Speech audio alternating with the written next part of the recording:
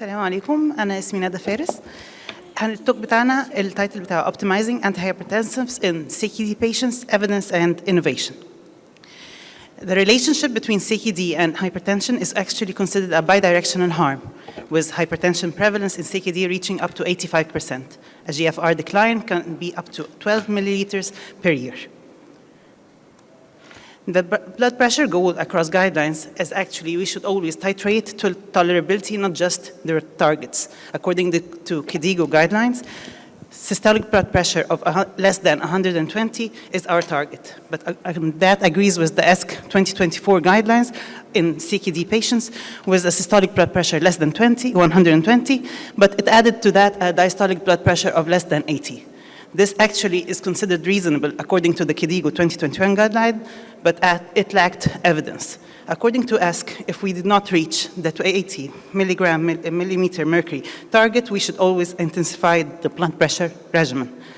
Guidelines actually agree on individualizing targets. According to KDIGO, less intensive lenient regimens is considered for elderly, frail, transplant recipient, limited life expectancy, and symptomatic postural hypertension patients.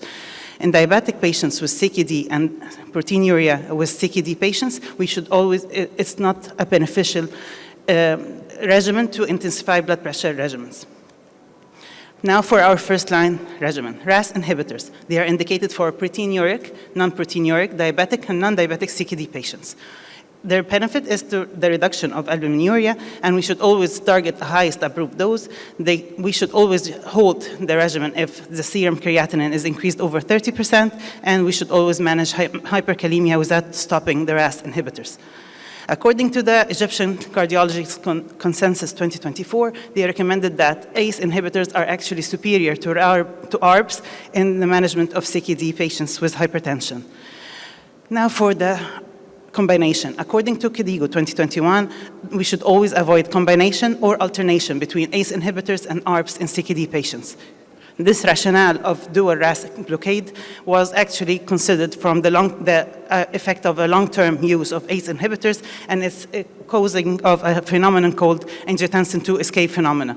But the use of ARBs to block this phenomena actually showed more harm than benefit in clinical trials, with an increased risk of AKI, hyperkalemia, and a stroke risk increasement. Now for ARNIs. ARNIs are actually exhibited cardiovascular and kidney protective benefits across the spectrum of CKD patients. According to a Chinese expert consensus published in 2022, ARNIs should always be used in CKD patients with heart failure and CKD patients with hypertension. The combination of ARNIs and ACE inhibitors should always be avoided, and if we are switching between ACE and ARNIs, we should always wait for 36 hours before the switch to avoid the risk of angioedema. Blood pressure is not, if not well tolerated or not well targeted, controlled under ACE inhibitors, we should always switch to ARNIs. Now for SGLT2 inhibitors, according to the KDIGO 2021 guidelines targeting hypertension, they are recommended for CKD patients with or without type 2 diabetes in combination with RAS inhibitors. According to the KDIGO 2024 guidelines, they should be used in all CKD patients with a GFR over 20 milliliters, a urine ACR of over 200, and in heart failure CKD patients, irrespective to their level of albuminuria. An initial decline in the GFR is actually well known, but it's not a reason to withdraw the regimen.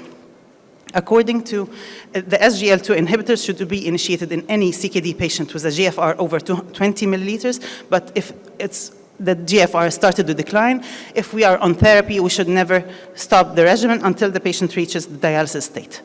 Now for counseling the patient, we always should counsel for the increased risk of associated DKA and increased risk of genital mycotic infections.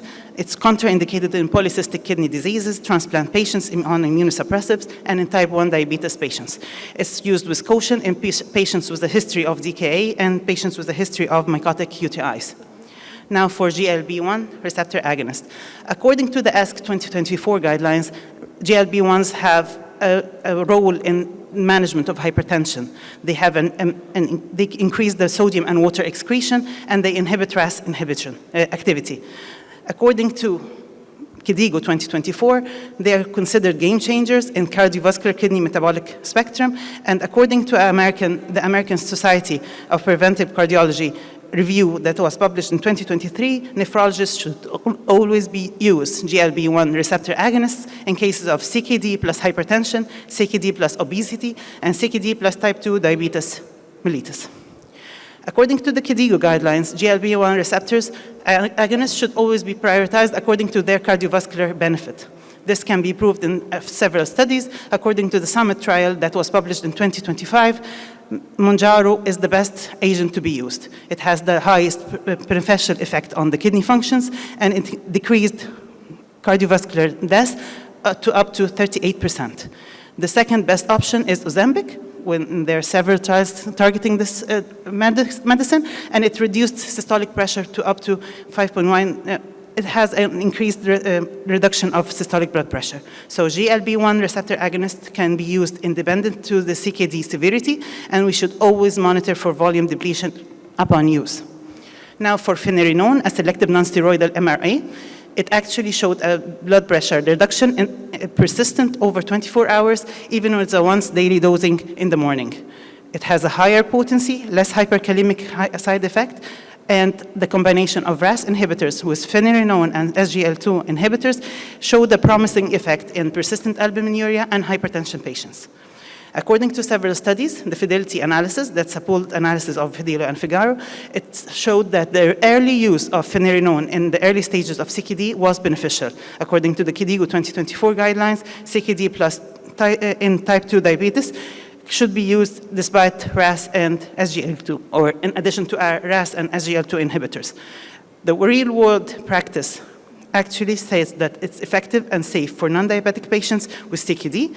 According to an AHA research published in 2024, finerenone showed a beneficial effect in non-diabetic CKD patients, and the FIND study that will be published in 2026 is the first phase 3 study that actually target non-diabetic CKD patients benefiting from finerenone in hypertension patients.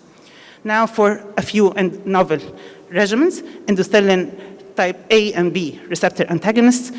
According to the ESC 2024, the dual endothelin receptor antagonist aprocitentan reduced blood pressure and resistant hypertension in phase 3 trials.